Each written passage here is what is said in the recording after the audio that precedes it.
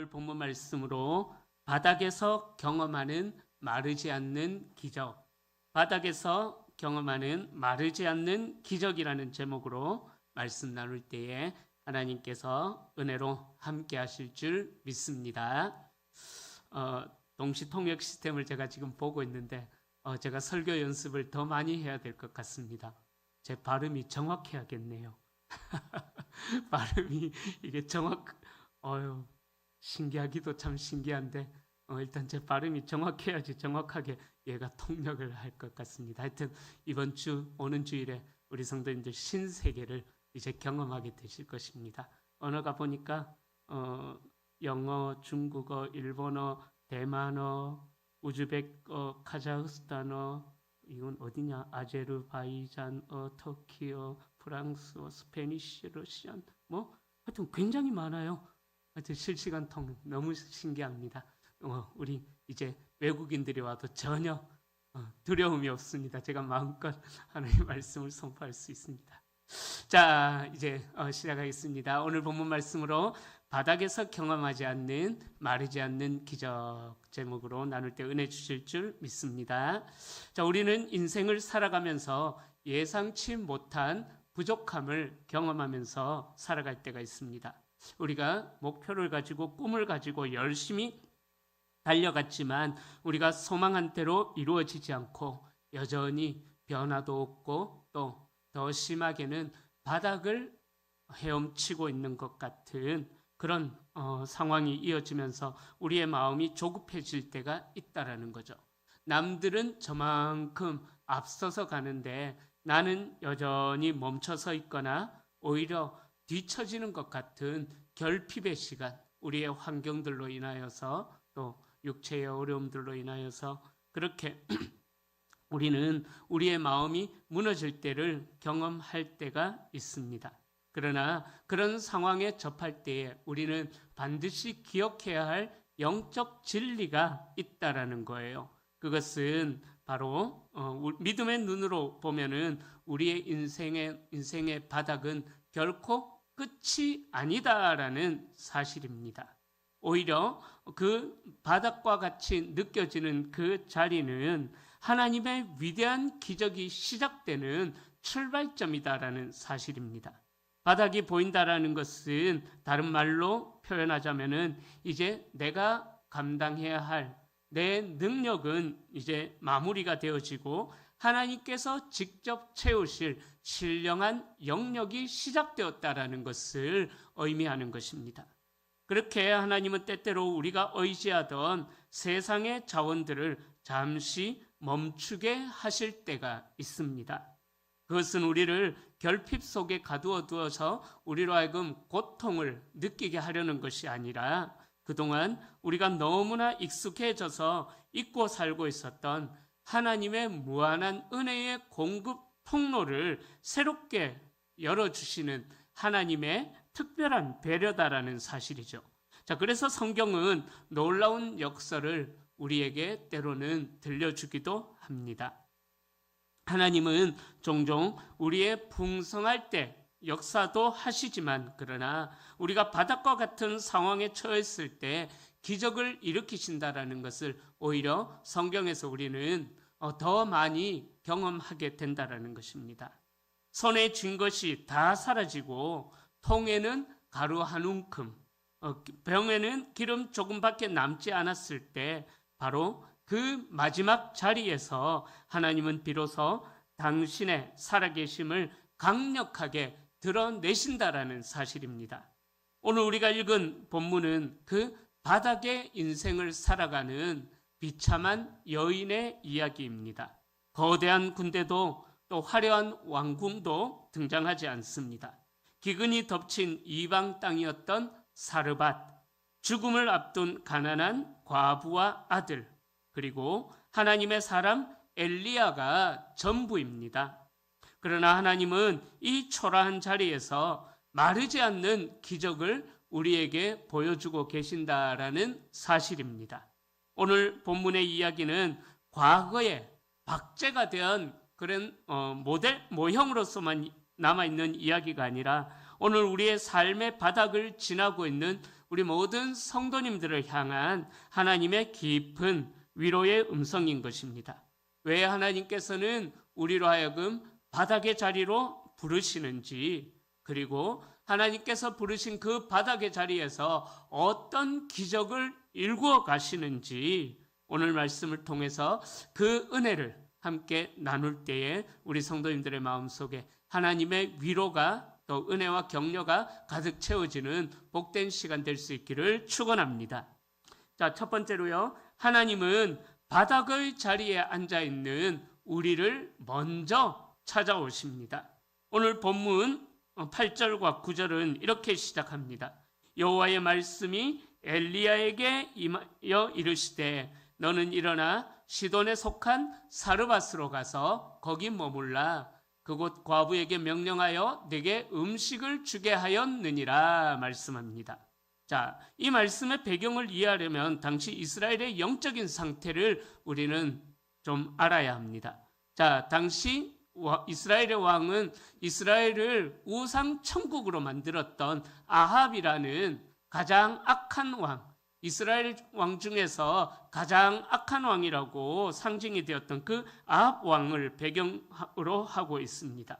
아합 왕은 시돈 왕의 딸 이세벨과 결혼하여서 바알 숭배를 국교화했던 그런 악한 왕이었습니다. 바알은 비와 풍요를 상징하는 신이었습니다.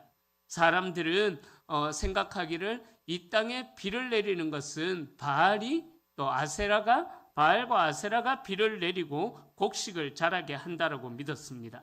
즉 이스라엘이 바알을 섬겼다라는 것은요, 생명의 근원을 하나님이 아닌 세상의 풍요와 물질에 두었다라는 그러한 의미가 있는 것입니다. 이때 하나님은 엘리야를 통해서 이 땅에 자기가 명령을 내릴 때까지 무려 3년 6개월 동안이나 비가 내리지 않을 것이다 라는 것을 선포하면서 바알이 거짓 신이고 하나님만이 참 신이시다라는 것을 폭로하십니다.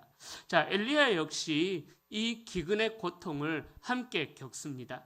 그는 그리시네가에서 까마귀가 물어다 주는 음식을 먹으면서 버텼지만 결국 그리시네가의 물도 그 시내도 메말라 버립니다. 여기서 우리는 신앙의 중요한 현실을 발견합니다. 하나님이 인도하신 자리에도 시냇물이 마를 수가 있다라는 사실이에요. 하나님이 인도하시면은 풍성함만 있을 것 같지만, 그러나 하나님이 인도하신 자리에도 가뭄과 같은 메마른 삶의 환경이 펼쳐질 수도 있다라는 것입니다. 순종하여 그 길을 떠나갔는데 막막함이 찾아올 수도 있다라는 거죠. 그러나 시냇물이 마른 것은 하나님의 공급이 끝났다는 증거가 아니라 다음 인도하심으로 나아가는 하나님의 신호였다라는 사실입니다. 자, 그래서 하나님은 그 다음 과정으로 인도하시는데 엘리야를 사르밧 과부의 사르밧으로 보내십니다. 자, 이 사르밧은 바알 숭배의 본거지인 시돈 땅입니다. 게다가 그를 먹일 사람은 부자가 아니라 사회적 약자를 상징하는, 사회적 약자의 대표를 상징하는 과부가 엘리야를 먹이도록 하십니다. 인간의 상식으로는 이해가 되지 않습니다. 하나님께서 엘리야에게 기적을 행하시려면은 뭔가가 좀 부유한 사람, 곡식 창고도 풍성하고 또 물질도 풍성하고 그런 사람에게 보내셔야 할 것 같은데, 그 가뭄을 지나고 있는 또 결핍을 지나고 있는 엘리야에게 엘리야보다 더 어려운 아무것도 없는 바닥 인생을 살고 있는 사르밧으로 보내는데 과부에게로 하나님은 엘리야를 보내셨다라는 사실이죠. 자, 하나님께서 왜 그렇게 하셨겠습니까? 그것은요, 바로 하나님의 공급이 사람의 힘에서 나오는 것이 아니다라는 것을 말씀해 주기 위함이다라는 거예요. 엘리야를 살리는 것은 과부의 형편이 아니라 하나님의 말씀이 엘리야를 살린다라는 것을 가르쳐 주기 위함이다라는 사실입니다. 과부를 살리는 것도 그녀의 남은 양식이 과부를 또 아들을 살렸던 것이 절대로 아니죠. 그 과부의 가정을 살렸던 것도 오직 여호와의 말씀이었다라는 것을 오늘 본문은 이야기를 하고 있습니다. 사랑하는 성도님들, 우리의 삶에도 그릿 시냇가가 마르는 것처럼 우리의 삶의 환경이 바짝 메말라 버릴 때가 있습니다. 안정적인 직장도 흔들리고 건강도 약해지고 의지했던 사람의 손이 멀어질 때도 있습니다. 그때 당황하지 마십시다. 하나님께서는 마른 시냇가에서도 여전히 말씀하시는 분이십니다.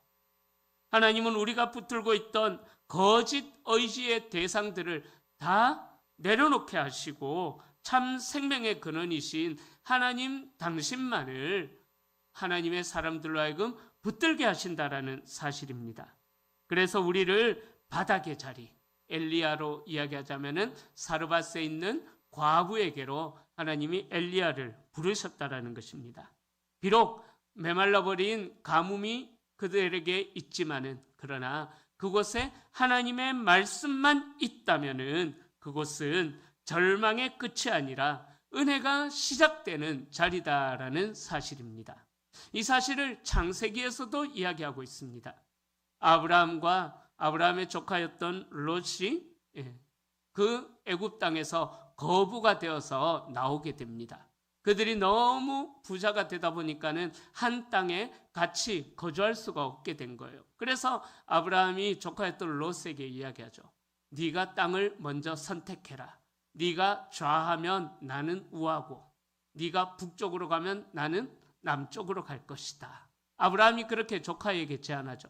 자, 그때 조카였던 롯은 하나님의 말씀을 기억했던 것이 아니라 자기의 육신적인 시각을 만족시켜줄, 육신의 소욕을 만족시켜줄 그 땅을 바라보게 됩니다. 어디를 바라보냐 하면은 소돔 옆에 있는 소알 땅을 바라보게 됩니다. 자, 그 당시 이 소알 땅은 애굽 옆에 있었던 땅으로 광개 수로가 아주 잘 발달되었던 그런 도시였습니다. 그러니까 이 조카였던 롯은 육신의 환경을 만족시켜 줄 수 있는 그 땅을 바라봤죠. 그러나 중요한 것은 그 땅에는 하나님이 계시지 않았다라는 것입니다. 반대로 아브라함은 어느 땅을 선택했습니까? 육신의 눈으로 볼 때에는 아무것도 없는 황량한 그 소알 땅의 반대편 광야 지역을 선택했었던 것입니다. 왜 그렇게 아브라함이 그 메마른 땅을 선택할 수가 있었겠습니까? 바로 롯은 육신의 눈이 밝은 사람이었지만 아브라함은 영의 눈이 밝은 사람이었다라는 것이죠. 그러기에 그 영의 눈이 밝았던 아브라함은 육신의 눈으로 바라볼 때 아무것도 없어 보이는 그 황량한 땅에서 아브라함의 선택을 기다리고 계시는 하나님을 아브라함은 바라보았기에 아브라함은 아무것도 없는 그 광야 땅을 선택할 수가 있었다라는 사실입니다. 오늘 본문에 나오는 엘리야에게도 하나님께서 그 은혜를 경험케 하시려고 아무것도 없는 사르밧 과부에게로 보내셨다라는 것입니다. 다시 한 번 더 말씀드립니다. 우리의 육신으로 보기에 아무것도 없는 환경이지만은 그곳에 하나님이 계시고 하나님의 말씀이 있는 자리라면은 그 자리는 절망의 끝이 아니라 새로운 하나님의 역사가 시작되는 자리인 줄로 믿습니다. 그러기에 사랑하는 성도님들, 우리가 어떠한 선택을 내릴 때에 내가 정말 하나님을 기준으로 해서 그 선택을 내리는가? 내가 나아갈 자리가 정말 하나님께서 기뻐하시는 자리인가? 그 사항들을, 그 질문들을 생각해 보면서 우리의 발걸음이 비록 아무것도 없는 그러한 황량한 자리일지라도 하나님이 계신 곳을 선택할 수 있는, 하나님의 부르심에 순종할 수 있는 우리 모든 성도님들이 될 수 있기를 축복합니다. 자, 두 번째로 하나님은 마지막 순종을 통해 기적의 문을 열어주십니다. 사르밧 성문에 도착한 엘리야는 땔감을 줍고 있는 한 과부를 만납니다. 엘리야가 물과 떡 한 조각을 청하자 과부의 입에서 아주 비참한 현실의 고백이 터져 나오죠. 12절에 보면은 나는 떡이 없고 다만 통에 가루 한 움큼과 병에 기름 조금뿐이라. 내가 나뭇가지 둘을 주워다가 나와 내 아들을 위하여 음식을 만들어 먹고 그 후에는 죽으리라. 그렇게 과부가 자신의 비참한 현실을 엘리야에게 고백합니다. 자, 이 과부의 고백은 그저 내가 가난합니다, 먹을 것이 없습니다, 단순한 그런 고백이 아닙니다. 이 과부의 고백은 완전히 무너진 사람들의 절규인 것입니다. 그녀는 이미 내일의 삶을 포기했습니다. 그녀는 오늘 한 끼를 먹고 그 다음은 죽음뿐이다라는 그런 생각을 했던 것입니다. 가루 한 움큼과 기름 조금. 이 표현이 너무나 마음이 아픈 표현이죠. 이것은 그녀에게 마지막 희망이자 생존이었고요. 또 그것도 자기 혼자 먹을 양식이 아니라 그 가루 한 움큼과 기름 몇 방울, 그 기름 조금이 아들과 나누어야 할 마지막 죽기 직전의 식사였던 것입니다. 그러니까 이것은 그녀에게 마지막 희망이었던 것입니다. 그런데 엘리야는 더욱 잔인해 보이는 요구를 그녀에게 하고 있습니다. 13절에 보면은 두려워하지 말고 가서 내 말대로 하려니와 먼저 그것으로 나를 위하여 작은 떡 한 개를 만들어 내게로 가져오고 그 후에 너와 내 아들을 위하여 만들라. 13절에 이런 이해가 되지 않는 그 명령을 과부에게 내립니다. 너무나 엘리야가 잔혹하게 가혹하게 느껴집니다. 그 마지막도 빼앗는 잔인한 것처럼 보여집니다. 그러나 본문의 핵심은요, 빼앗음이 아니라 초대인 것입니다. 빼앗음이 아니라 초대인 것입니다. 하나님은 과부의 마지막을 하나님의 시작으로 바꾸시려고 하시는 것입니다. 엘리야의 요구는 내가 붙들고 있는 마지막 양식보다 하나님의 말씀을 더 신뢰할 수 있느냐 라면서 그 죽음에 처한 과부를 하나님 앞으로 초대하고 있는 것입니다. 우리는 이 대목에서 현실에서 많이 망설이게 되죠. 우리가 입술로는 주님을 신뢰합니다 라고 고백하지만 실제로 우리의 삶을 보면 정작 내 손에 쥔 것을 내려놓기가, 그 마지막 것을 내려놓기가 쉽지 않다라는 사실입니다. 어떤 성도님이 목사님께 상담하며 이런 고백을 했다고 합니다. 목사님, 저는 이제 저의 모든 문제를 하나님께 다 맡겼습니다.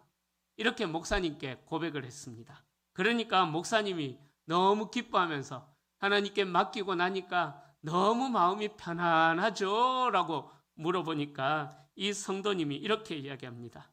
한숨을 푹 쉬면서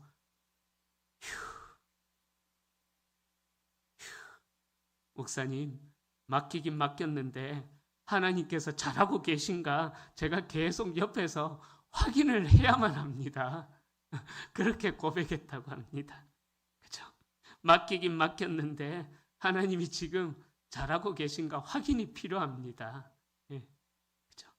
여러분, 이것이 우리의 솔직한 모습이 아닙니까? 우리가 맡겼다고 하면서도 우리 역시 하나님 잘하고 계십니까? 죄인데 보고서 좀 쓰시죠? 그런 모습들이 우리에게 있지는 않습니까? 하나님께 내 인생의 핸들을 맡겨드렸다고 말하면서 그 옆자리에 앉아가지고 마치 남편이 아내를 운전 연수할 때에 그 불안해하는 것처럼 여기서 브레이크를 밟아야지, 여기서 깜빡이를 틀고 이렇게 가야지. 예, 아내가 운전하는 그 옆자리에 앉아가지고 불안해하는 남편처럼 하나님의 옆자리에 앉아가지고 하나님 오른쪽으로 가셔야지요. 깜빡이도 좀 켜셔야지요. 아니 지금은 브레이크를 좀 밟으셔야지요. 사사건건 우리가 하나님을 감시하고 있지는 않으십니까? 맡긴 게 아니라 사실은 하나님을 고용해서 내 뜻대로 하나님을 종처럼 부리려고 하는 마음이 우리 안에 있지는 않는가 한번 생각해 보셨으면 좋겠습니다. 아마 사르밧 과부에게도 이런 갈등이 있었지 않았을까 생각해 봅니다. 이 떡을 주고 나면 정말 기적이 일어날까? 엘리야가 거짓말하는 것은 아닐까? 확인하고 싶은 마음이 꿀뚝 같았을 것입니다. 하지만 진짜 믿음이라는 것은요, 확인하는 눈을 감는 것이고 인도하시는 주님을 향하여 눈을 뜨는 것, 확인하려는 우리의 점검을 이제 그만 내려놓고 인도하시는 하나님을 신뢰하면서 주님의 손을 붙잡는 것입니다. 그러기에 내가 쥐고 확인하려고 할 때는 한 끼에 불과했던 그 한 움큼의 가루가 하나님께 온전히 맡겨졌을 때에는 비로소 마르지 않는 기적이 된다라는 사실입니다. 사랑하는 성도님들, 오늘 우리가 주님께 맡겼다고 하면서 차마 내려놓지 못하고 계속 확인하려고 드는 우리의 한 움큼의 가루는 과연 무엇일까요? 바라기는 하나님의 신실하심을 신뢰하면서 먼저 순종의 떡을 구워드리는 용기가 저와 우리 성도님들에게 있기를 축복합니다. 자, 이어서 14절에서 엘리야는 약속합니다. 나 여호와가 비를 지면에 내리는 날까지 그 통의 가루가 떨어지지 아니하고 그 병의 기름이 없어지지 아니하리라. 아멘. 자, 여기서 중요한 것은 순서입니다. 먼저 명령이 있고 그 다음에 약속이 있습니다. 먼저 순종의 요청이 있고 그 다음에 보장이 있는 것입니다. 여러분, 믿음은 모든 것을 다 본 뒤에 움직이는 것이 절대로 아닙니다. 믿음은 하나님의 말씀을 붙들고 먼저 한 걸음을 내딛는 것, 그것이 바로 믿음인 것입니다. 사랑하는 성도님들, 우리의 신앙생활에도 선택을 해야만 하는 결정적인 순간이 다가옵니다. 하나님은 내가 가장 마지막까지 붙들고 있는 것, 이거 놓으면 죽을 것 같은 그것마저도 하나님은 우리에게 내려놓으라고 말씀하실 때가 있습니다. 그것이 물질일 수도 있고요. 또 내 자존심일 수도 있고요. 세상적인 염려일 수도 있습니다. 그때 우리는 주저합니다. 하나님, 내 마지막 희망인데요. 이것마저 없으면 나보고 어떻게 살아가라고 이것을 내놓으라고 하십니까? 그러나 하나님은 그때 우리에게 말씀하십니다. 사람이 떡으로만 사는 것이 아니요 하나님의 입에서 나오는 모든 말씀으로 살 것이니라. 아멘. 우리는 하나님의 말씀을 기준으로 해서 살아가는 하나님의 백성들인 것입니다. 그러기에 이 말씀에 순종하는 모습이 우리의 길을 축복합니다. 자, 그 엘리야가 14절에서 이야기하고 나니까 과부가 놀랍게도 순종하죠. 15절에 보면은 그가 가서 엘리야의 말대로 하였더니라고 기록합니다. 그녀는 자신의 형편보다 하나님의 말씀을 더 크게 신뢰했습니다. 두려움이 없는 상태에서 순종한 것이 절대로 아닙니다. 두려움이 있었지만 두려워하지 말라는 하나님의 음성을 이 과부는 붙들고 있었다라는 거죠.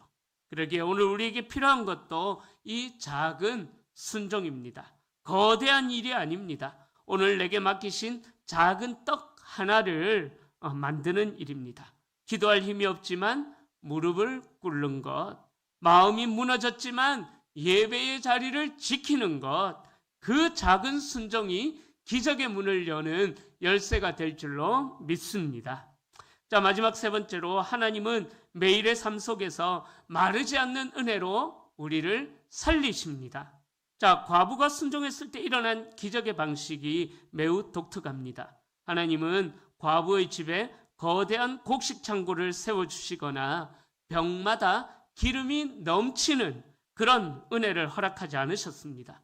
기적은 아주 조용하고 지속적인 기적으로 나타났다라는 것을 오늘 본문이 이야기하고 있습니다. 16절이죠. 우리 17장 16절 말씀 함께 읽어보겠습니다. 여호와께서 엘리야를 통하여 하신 말씀같이 통의 가루가 떨어지지 아니하고 병의 기름이 없어지지 아니하니라. 아멘. 놀라운 일이죠. 날마다 아침마다 통을 열면은 딱 오늘 먹을 만큼의 가루가 있었던 것입니다. 병을 기울여서 기름을 따르면은 딱 오늘 쓸 만큼의 기름만 나왔다라는 거예요. 이거 너무 전율이 돋는 기적이죠. 기적이죠. 그죠? 많지는 않았습니다. 많지는 않았지만 결코 끊어지지 않는 기적이 매일매일 지속적으로 나타났다라는 사실입니다. 이것이 우리에게 큰 은혜입니다. 우리는 기도할 때 어떻게 기도합니까? 하나님, 우리의 문제를 좀 한 방에 좀 해결해 주십시오. 경제적인 빚도 단번에 사라지게 해주시고 병도 즉시 낫게 해주십시오. 그것을 바랍니다. 그러나 하나님은 자주자주 그 하루하루의 은혜로 우리를 인도하신다라는 거예요. 이는 광야의 만나를 생각나게 합니다. 하나님은 이스라엘에게 한 달치 양식을 아니면은 40년 먹을 양식을 한꺼번에 주시지 않으셨습니다. 매일 아침마다 만나와 메추라기를 거두게 하셨습니다. 더 거두었던 것들은 썩어지게 만들었다라는 것입니다. 하나님이 기왕 주시는 거 한 번에 주셔가지고 좀 준비도 하게 하시면 얼마나 좋겠습니까? 그런데 하나님은 그렇게 하지 않으십니다. 왜 그렇겠습니까? 우리로 하여금 매일매일 하나님의 은혜를 의지하면서 살아가야 된다는 것을 우리에게 알려주시기 위함이다라는 사실입니다. 여러분, 우리가 어제 받은 은혜로요 오늘을 살 수 없는 것입니다. 어제 받은 은혜는 추억의 은혜일 뿐입니다. 우리는 오늘 아침에 받은 은혜로 오늘 하루, 내일 아침에 받은 은혜로 내일 하루, 매일매일 일용할 은혜로 채워주시는 그 하나님의 은혜를 따라서 우리는 살아가야만 하는 것입니다. 우리의 매일매일이 하나님을 의지하면서 살아가야 되는 것입니다. 그런 의미에서 사라밧 과부의 통도 마찬가지입니다. 하나님은 그녀에게 풍성하게 그 통에 가루를 다 채워주지 않으셨고 병의 기름도 가득하게 채워주지 않으셨습니다. 딱 그날 먹을 만큼, 그날 쓸 기름만큼만 채워주셨습니다. 그 은혜가 언제까지입니까? 하나님께서 그 땅에 비를 내리는 날까지 날마다 일용할 양식으로 공급하셨던 것입니다.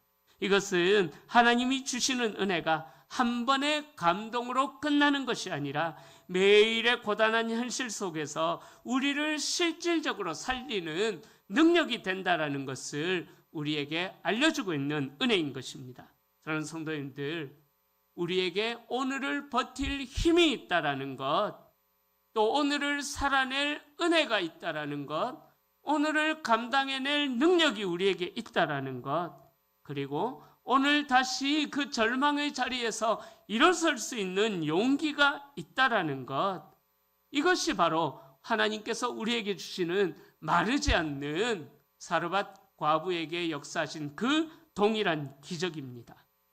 왜 내 문제는 한 번에 해결되지 않을까라고 낙심하지 마십시오. 통이 가득 차지 않았어도 그 통의 가루가 없어지지 않았다면은 그것이 하나님의 은혜를 경험하는 순간입니다. 병이 넘치지 않았어도 기름이 없어지지 않았다면은 그것이 하나님의 은혜인 것입니다. 우리의 지난 인생을 한번 돌아보십시다. 분명히 무너질 것 같았는데 여기까지 우리가 오게 되었지 않습니까? 에베네셀의 하나님의 은혜로 말미암아 여기까지 도우시는 하나님의 은혜로 말미암아 우리가 여기까지 오게 되었지 않습니까? 그런 성도님들, 오늘 이 밤에 우리 성도님들 우리가 함께 공동 기도 제목으로 기도도 하겠지만은 개인적인 기도의 제목도 우리 성도님들에게 있을 것입니다. 그 개인적인 기도의 제목 한 번에 해결되지 않는다고 해서 절대로 낙심하지 마십시다. 오늘을 살아갈 은혜, 지금 이 순간을 견뎌낼 은혜만 있다면은 그것이 하나님의 기적을 경험하는 순간이다라는 그 믿음이 저와 여러분들에게 있기를 소망합니다. 이 기적은 과부 한 사람에게서 끝나지 않았습니다. 그녀의 순종은 아들을 살렸고 엘리야를 살렸던 것입니다. 그러기에 우리 성도님들의 작은 순종의 헌신도 결코 작은 것이 아닙니다. 오늘 우리 성도님들이 드리는 그 눈물의 기도, 믿음의 기도가 우리 성도님들의 가정도 살리고 자녀들의 미래도 열어줄 것이고 우리 공동체를 회복시키는 생명의 역사가 될 줄로 믿습니다. 마지막 양식을 그녀가 움켜쥐고 있었다면은 죽음으로 그녀의 인생은 끝났겠지만 하나님의 말씀 앞에 내어놓았을 때에 그것은 마르지 않는 생명의 시작이 되었다라는 사실입니다. 이제 말씀을 정리합니다. 오늘 말씀은 우리에게 아주 분명한 복음을 들려줍니다. 바로 우리의 바닥을 하나님의 시작으로 바꾸라는 분명한 복음을 우리에게 들려줍니다. 여러분들, 바닥은 절대로 끝이 아닙니다. 하나님께서 찾아오시면 바닥은 기적의 무대가 되는 것입니다. 사르밧 과부의 집은 아무것도 없는 절망의 집이었습니다. 그러나 하나님의 말씀이 임하자 그곳은 기적이 시작되는 현장이 되었습니다. 통에는 가루 한 움큼뿐이었고 병에는 기름 조금뿐이었지만 하나님의 손이 그 통을 붙드실 때 그것은 죽음의 마침표가 아니라 생명의 통로의 시작이 되었다라는 사실입니다. 세상은 우리에게 자꾸만 통을 가득하게 채우라고 유혹합니다. 더 많이 쌓아야 된다. 더 많이 가져야 안전하다라고 우리를 유혹합니다. 그러나 성경은 우리에게 약속합니다. 통에 얼마나 들어있느냐보다 더 중요한 것은 그 통, 우리의 인생을 누가 붙들고 있느냐, 그것이 중요하다라는 것을 오늘 말씀은 우리에게 알려주고 있습니다. 사랑하는 성도님들, 하나님이 끝이라고 말씀하지 않으시면은 절대로 끝이 아닙니다. 사람들이 불가능하다고 말해도 하나님이 길을 내시면 그 길은 열려질 줄로 믿습니다. 그러기에 오늘 우리의 바닥을 하나님 앞에 숨기지 마십시다. 하나님 앞에 있는 그대로를 가져오십시오. 주님, 저에게 남은 것은 이 가루 한 움큼뿐입니다. 제 믿음도, 제 건강도, 제 소망도 이제 바닥이 났습니다. 그러나 이 바닥을 주님의 손에 올려드립니다. 그렇게 고백할 때에 하나님은 우리의 마지막을 하나님의 시작으로 바꾸실 것입니다. 문제가 다 해결된 뒤에 순종하려고 하지 마십시오. 통이 가득 찬 다음에 감사하려고 하지 마십시오. 지금 그 바닥의 자리에서 두려워하지 말라라는 말씀을 오늘 이 밤에 붙드시기를 축복합니다. 그리고 작은 떡 하나를 만드는 순종의 걸음을 내디디십시오. 가뭄이 다하고 비가 지면에 내리는 날까지 우리 성도님들의 삶에 가루가 다하지 아니하고 기름이 없어지지 않는 신비로운 은혜의 역사가 시작될 것입니다. 우리 성도님들의 가정과 일터 위에 눈물로 뿌리는 기도의 제목들 위에 하나님의 마르지 않는 기적의 역사가 날마다 체험되어지는 귀한 성도님들이 다 되시기를 우리 주님의 이름으로 간절히 축원합니다.